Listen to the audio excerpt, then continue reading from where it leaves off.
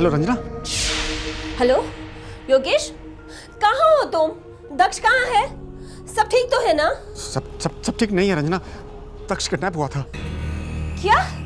हाँ, जब मैं सरदार ब्रिज पर था तो मुझे उन लोगों का फोन आया और फिर मैं उनको फिरौती की रकम देने गया। दक्ष कहाँ है योगेश? दक्ष मेरे पास है, मैं उसे वापस ले आया हूँ। मेरी बात कराओ उसे। रंजना वो बेहोश है। बेहोश?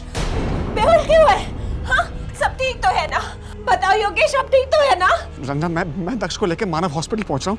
तुम भी वहीं पहुंचो। मैं परेश भाई को भी फोन कर रहा हूँ। ओके योगेश, दक्ष ठीक तो है ना? तुम सच बोल रहे हो ना योगेश? सच क्या बोलूं मैं? क्या बोलूं सच? मुझे नहीं पता।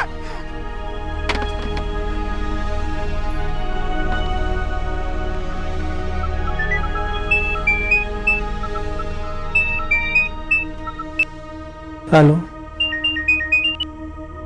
हेलो हेलो हेलो परेश भाई, कनु भाई, केवल भाई, आप सब प्लीज मानव हॉस्पिटल पहुंचिए। दक्ष के साथ बहुत बुरा हुआ है।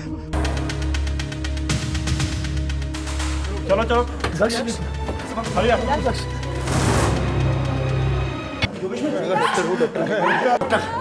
डॉक्टर मैं भी डॉक्टर हूँ। डॉक्टर केयूर, मौत का कारण क्या है बताइए?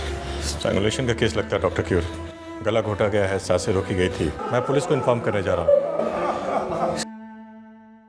मानव हॉस्पिटल से फोन आते ही सूरत पुलिस ने केस दर्ज किया और कार्रवाई शुरू कर दी। जी ये योगेश भाई इस वक्त बात करने की स्थिति में नहीं है। क्यों, क्या हुआ? योगेश भाई ने मुझे बताया था कि कुछ लोगों ने दक्ष को किडनैप कर लिया था। योगेश भाई ईमानदारी में उनके पास पैसे लेकर गए। उन लोगों ने उनसे पैसे भी ले लिए और दक्ष को ये कहकर वापस किया कि वो बेहोश है, पर असल में वो मर चुका था। देखिए, हमें बॉडी पोस्टमार्टम के लिए भेजनी होगी, उसके बाद ही हम हैंड ओवर करेंगे। हो सके तो बच्चे के बाप को संभालिए, उनसे हमें कुछ बात करनी है। जी आप एक आध घंटे ऊपर नीचे कर सकते हैं। छिड़ा देखो तो बच्चे का बाप बात करने की हालत में है या नहीं। अगर नहीं है फिर भी उसे पुलिस स्टेशन ले आओ। जितना टाइम जाएगा उतना लंबा खींचेगा एक केस। योगेश को अपना स्टेटमेंट देने के लिए पुलिस स्टेशन बुलवाया गया। कल रात में काम निपटाकर फैक्ट्री से घर के लिए रवाना हुआ। फैक्ट्री कहाँ है? वराछा रोड। बिजनेस? एम्ब्रॉयडरी।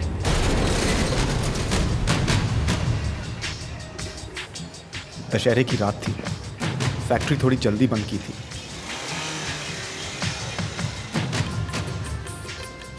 हमारी हाउसिंग सोसाइटी में जश्न चल रहा था। मैंने गाड़ी पार्क की और दोस्तों के पास चला गया। परेश भाई। आओ योगेश भाई। क्या हाल है योगेश भाई? क्या योगेश भाई, दशहरा की रात धंधा चालू। अरे कितने लोग छापोगे भाई बताओ। शुरू करो परेश भाई, कनु भाई। अब आपकी तरह सेट नहीं हूं ना, आपका तो सारा काम मोबाइल पे चल जाता है। अपनी तो गधा मजदूरी है। अरे छोड़िए योगेश भाई, आप तो छुपे रुस्तम है। बस थोड़ा सा मुंह दिखाई किया फिर धंधे पे। पैकअप करके आ। बस तो फिर मजा लो।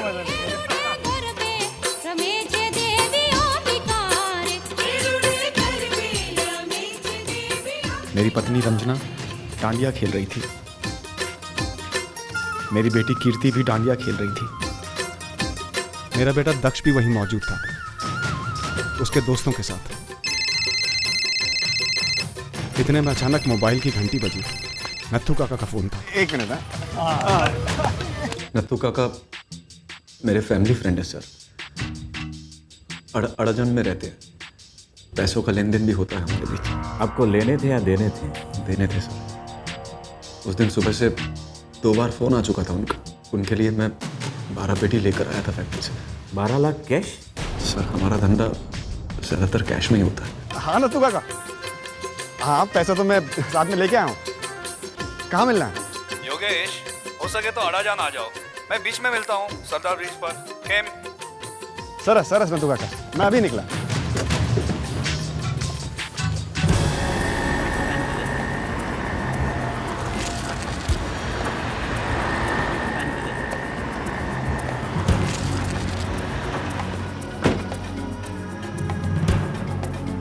मैं नत्थू काका का इंतजार करता रहा सर। 10 मिनट हुए, फिर 20 मिनट हुए और काका का कोई अता पता नहीं था। फिर मैंने उन्हें फोन लगाया। हेलो, हाँ नथु काका, कहाँ हैं आप? मैं सरदार ब्रिज पर हूँ। 20 मिनट हो गए मुझे तो। अरे सॉरी योगेश भाई, मेरी मुंबई की एक पार्टी का कुछ अर्जेंट काम आया है, मैं मुंबई के लिए रवाना हुआ हूँ। अरे क्या काका, एक SMS या कॉल कर दिया होता मुझको। अरे बहुत सॉरी योगेश भाई, अभी मैं आपको फोन करने ही वाला था कि आपका फोन आ गया। मैं कल परसों तक आकर पैसे ले लूंगा, चलेगा ना? हाँ चलेगा नथु काका, पैसे आपके हैं, जब चाहे ले जाओ।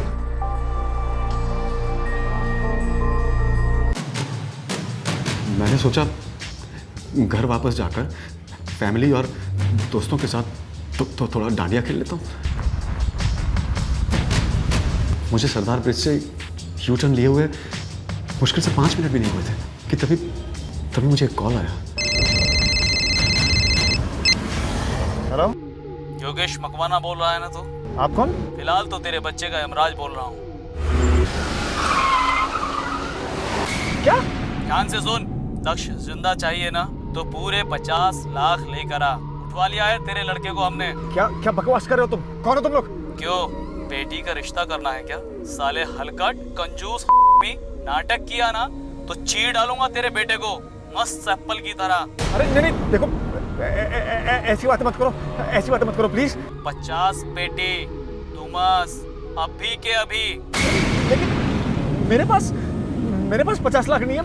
मैं एक बहुत ही छोटा सा मामूली सा आदमी हूँ। छोटा है तो तेरे इस दक्ष बाबा के भी छोटे छोटे टुकड़े करूँ क्या? मैं कसम खा रहा हूँ कि मेरे पास 50 लाख नहीं है। कितने दे सकता है? यही कोई 12 लाख रुपए। चल उतने ले आ, लेकिन ले आ। पुलिस या किसी और को फोन मत करना। हाँ, हमको पता चल जाएगा और तेरे को भी पता चल जाएगा कि हमको पता चल गया है। पता है कैसे? बताओ। नहीं, मैं समझ गया। मैं किसी को नहीं बताऊंगा। आप दक्ष को कुछ मत करना प्लीज। मैं अभी डुमस पहुंच रहा हूँ। मैं पहुंच रहा हूँ डुमस।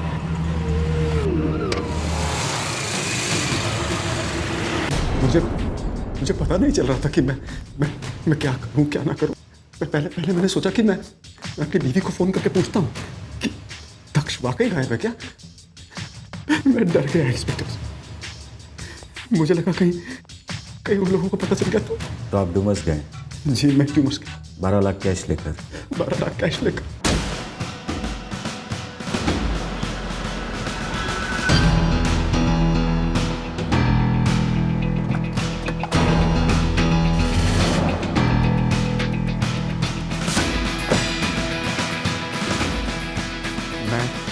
डुमस बीच पर 10 मिनट इंतजार करता रहा।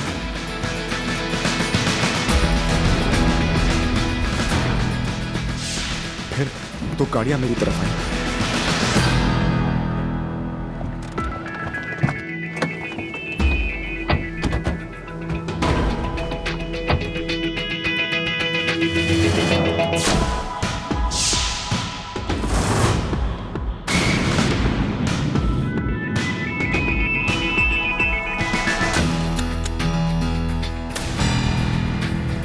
नोट कहाँ है? चल मोबाइल दे। उन लोगों ने मेरा सेलफोन ऑफ कर दिया और अपने पास रख लिया।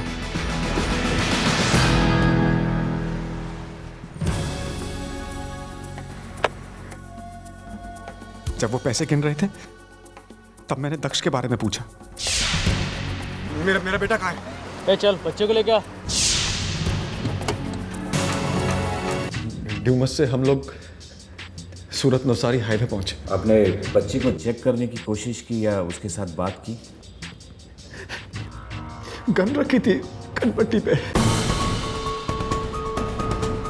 काफी दूर तक गाड़ी चलाते रहने को कहा। फिर सूरत रेलवे स्टेशन के पास टर्न करने को कहा।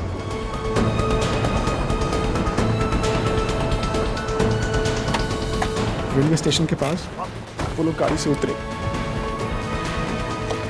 उनके जाने तक मैं अपनी जगह से हिला नहीं। डर के मारे मैं फड़ कांप रहा था।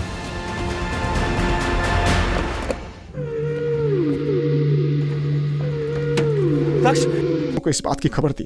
पैसे लेकर भी मार दिया मेरे बच्चे को। घर भेज देता सर। ना मैंने आपको भेज देता हूँ सर, लेकिन मैं पैसे लेकर आता सर। योगेश भाई संभालिए अपने आप को, पकड़ कर रहेंगे सालों को, छोड़ेंगे नहीं। फिर देखिए क्या हालत होती है उनकी। शांत हो जाइए, छिड़ा सब घर छोड़ाओ।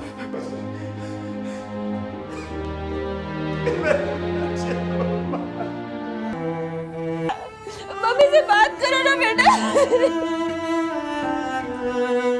परिवार में किसी को किसी पर भी शक नहीं था। घिनौनी हरकत थी। दक्ष सिर्फ 8 साल का था, 8 साल का मासूम बच्चा। सर जाहिर सी बात है, कातिलों को पहले से पता था कि मकवाणा के पास 12 लाख रुपए कैश है। बिल्कुल पता था। मकवाणा परिवार का जानी दुश्मन अच्छी तरह जानता था कि योगेश मकवाणा अपनी फैक्ट्री से 12 लाख रुपया कैश लेकर निकलने वाला है। यह अंदर का ही मामला है। पूरी की पूरी डिटेल्स इकट्ठा करो। योगेश मकवाणा का मोबाइल फोन जब्त कर लिया था। मोबाइल का रिकॉर्ड निकलवाओ। फोन कंपनी से कहो कि आधे घंटे में पूरी डिटेल चाहिए। योगेश मकवाना की एम्ब्रॉयडरी यूनिट के कारीगरों से पूछताछ की गई। इससे पहले कहाँ रहते थे ये लोग? ये लोग जामनगर के रहने वाले हैं। बिजनेस में किसी से कोई बैर, इसके बारे में कोई जिक्र किया था आप लोगों से? बैड तो नहीं था, पर थोड़ी टेंशन थी। कैसी टेंशन? योगेश भाई ने मुझे खुद बताया था कि एम्ब्रॉयडरी यूनिट की मशीनों के लिए उन्होंने कुछ पैसा मार्केट से उठाया। धंधा उतना अच्छा नहीं चल पाया जितनी उन्हें उम्मीद थी। लेनदारों के फोन आते रहे और सूद पर सूद चढ़ता रहा। रंजना बहन, पहला मैंने एक ओके, आपको कब पता चला कि आपका बेटा दक्ष गायब है? ऐसे पक्का टाइम तो नहीं बता सकती। मुझे लगा कि हमेशा की तरह वो अपने दोस्तों के साथ डांडिया खेल रहा होगा। सोसाइटी में 12:30 बजे तक रात को डांडिया चलता है। जब वो घर नहीं आया तो आपने अपने पति को फोन नहीं किया? नहीं। क्या? उस दिन वो 8:30 बजे घर आ गए थे, फिर किसी काम से निकल गए। मुझे लगा कि वो ले गए होंगे उन्हें। मतलब आपको पता ही नहीं था कि आपका बेटा गायब हुआ है? जब वो पूरी रात घर नहीं आया तो तुमने कहीं अजीब नहीं लगी? उस दिन मैं घर आकर ही सो गई थी, डांडिया खेलकर थक गई थी। मतलब आपको सुबह में पता चला कि ये सब हुआ है जब आपके पति योगेश ने आपको फोन किया? जी।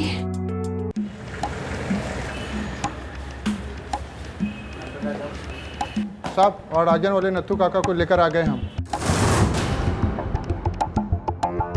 जी साहब, मुझे योगेश से 12 लाख लेने हैं।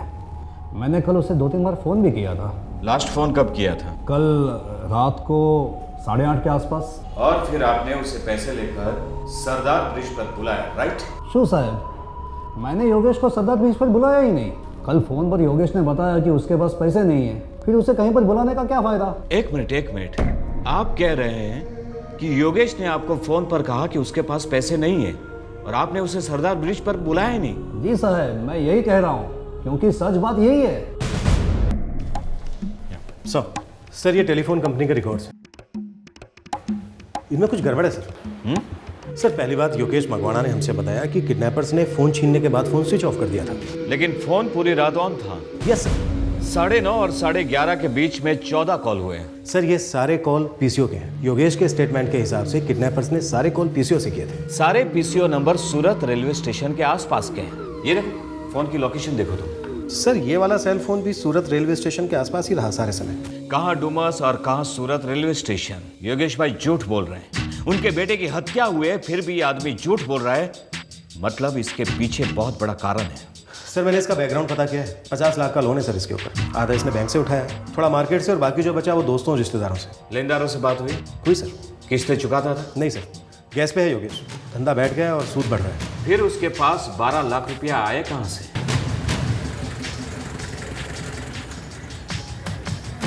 उसी शाम को पुलिस ने योगेश को दोबारा पूछताछ के लिए पुलिस स्टेशन बुलवाया। 12 लाख कैश जो आपने किडनैपर को दिए थे डुमस में। जी। कहाँ से आए आपके पास 12 लाख रुपए? सर मैं बिजनेस करता हूँ, किसी पार्टी ने पैसे देने थे, दिए। 12 लाख कैश? जी हाँ, 12 लाख कैश। आप बार बार वही बात क्यों पूछ रहे हैं? कौन थी पार्टी? सर जामनगर में एक प्रॉपर्टी थी, वो बेच दी। पार्टी का नाम और टेलीफोन नंबर? मैं आपसे कितनी बार बोल चुका हूँ कि मेरा सेलफोन उन लोगों ने रख लिया था। सारे नाम सारे नंबर उसी में थे। जामनगर में आपकी प्रॉपर्टी कहाँ थी? आप इस कागज पे लिख दीजिए, हम पार्टी ढूंढ लेंगे।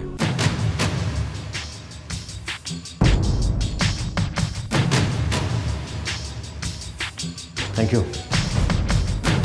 सूरत पुलिस ने तुरंत जामनगर पुलिस के साथ संपर्क किया। योगेश मकवाना की जामनगर वाली प्रॉपर्टी के बारे में पता लगवाने की गुजारिश की गई, पर पुलिस को पता चला कि योगेश झूठ बोल रहा था। Hello, Jamnagar police station. Yogesh भाई, बच्चे माँ बाप की जान होते हैं और आपकी जान चली गई, फिर भी आपके अंदर का सच बाहर नहीं आ रहा है। मैंने कोई झूठ नहीं बोला। झूठ बोल रहे हैं आप, सिर्फ झूठ। आप डुमस गए नहीं थे। आपके मोबाइल के रिकॉर्ड हमने चेक किए हैं। आपके मोबाइल का लोकेशन मिला है सूरत रेलवे स्टेशन के आसपास का। मतलब आप भी सूरत रेलवे स्टेशन के आसपास में थे। बताइए क्या नाटक है? बोलिए क्यों झूठ बोल रहे हैं आप? देखिए, मैं आपको आखिरी बार सीधी तरह पूछ रहा हूं, वरना हमारे पास बहुत सारे रास्ते हैं आपके पास से सच उगलवाने के लिए। मैंने आपसे सब कुछ झूठ बोला था। फिर क्या हुआ था योगेश भाई? अब की बार आप सच सच बताएंगे, बोलो। अब की बार योगेश ने सारी सच्चाई बयान की, एक ऐसी सच्चाई जो आपके रोंगटे खड़े कर देगी। उस रात योगेश ऑफिस से अपनी हाउसिंग कॉलोनी लौटा। वहां डांडिया कार्यक्रम में वो अपने दोस्तों से मिला। योगेश का परिवार गरबा के नाच में मग्न था। उसकी बीवी रंजना, बेटी कीर्ति और बेटा दक्ष।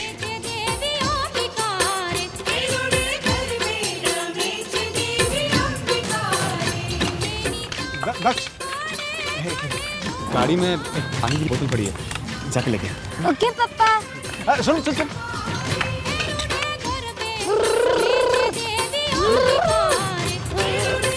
रंजन,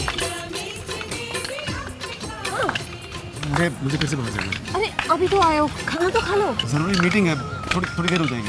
कितनी देर? अरे मुझे नहीं पता, तुम इंतजार मत करना।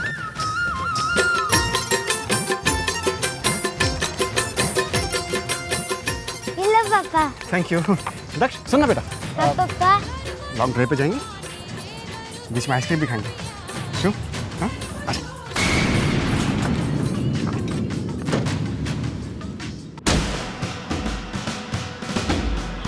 योगेश अपने 8 वर्षीय बेटे दक्ष को सरदार ब्रिज ले गया।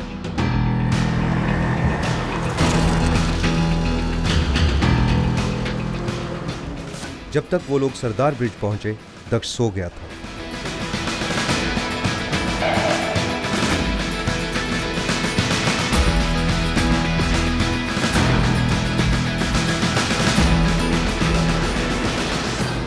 योगेश फिर अपनी कार पास के एक फार्म हाउस की तरफ ले गया। ये फार्म हाउस सुनसान इलाके में था, झाड़ियों से घिरा।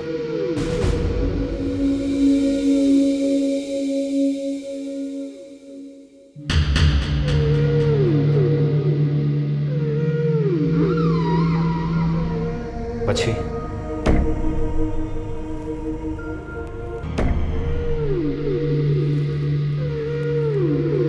मैं पूरी तरह से डूबा हुआ हूँ इंस्पेक्टर।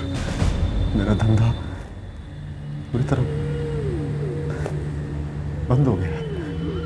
बैंक, लेनदार, दोस्त सभी अपना पैसा वापस मांग रहे हैं।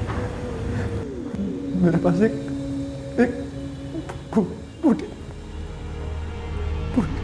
कौड़ी नहीं है। डिप्रेशन में आकर मैंने पिछले हफ्ते सुसाइड करने की कोशिश की, लेकिन हिम्मत ही नहीं हुई। मेरे बाद मेरे बीवी बच्चों पर कर्ज चढ़ जाता। ये सोचकर मैंने सुसाइड का आइडिया ड्रॉप कर दिया।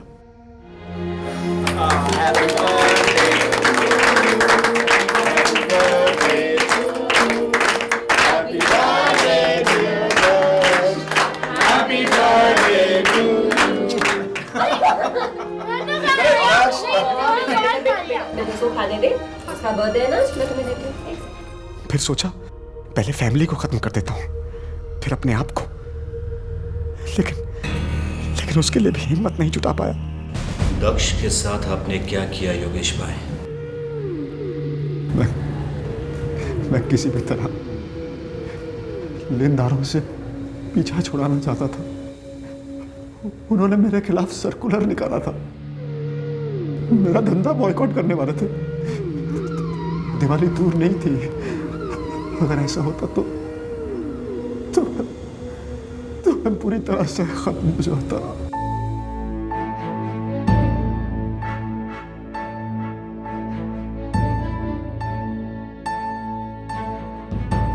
मुझे लगा अगर मेरे लड़के को कुछ हो जाता है तो धंधे में मेरे लिए सिंपैथी तैयार होगी। मैंने उसे इन हाथों से ऐसे ऐसे दबाकर ऐसे छोटा सा गला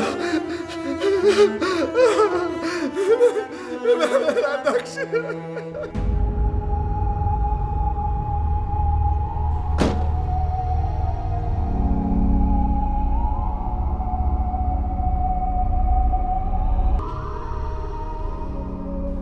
मैं अपने होश में नहीं था। मुझसे बहुत बड़ी गलती हो गई। मुझसे बहुत बड़ी गलती हो गई। योगेश को लगा था कि वो पुलिस को अपने झूठ के जाल में फंसकर गुमराह कर देगा, पर हर अपराधी की तरह योगेश ने भी पुलिस की पेचीदा नजर को नजरअंदाज किया था। पुलिस ने योगेश की झूठ की गठरी के आर पार सब कुछ देख लिया था। योगेश मकवाना इस वक्त पुलिस रिमांड में है और उसका इंटेरोगेशन जारी है। योगेश को अपने किए पर पछतावा है। वो अपने से हुई भूल की माफी चाहता है। योगेश की पत्नी रंजना अब तक इस सदमे से नहीं उभर पाई है कि योगेश ने अपने ही बेटे की जान ली।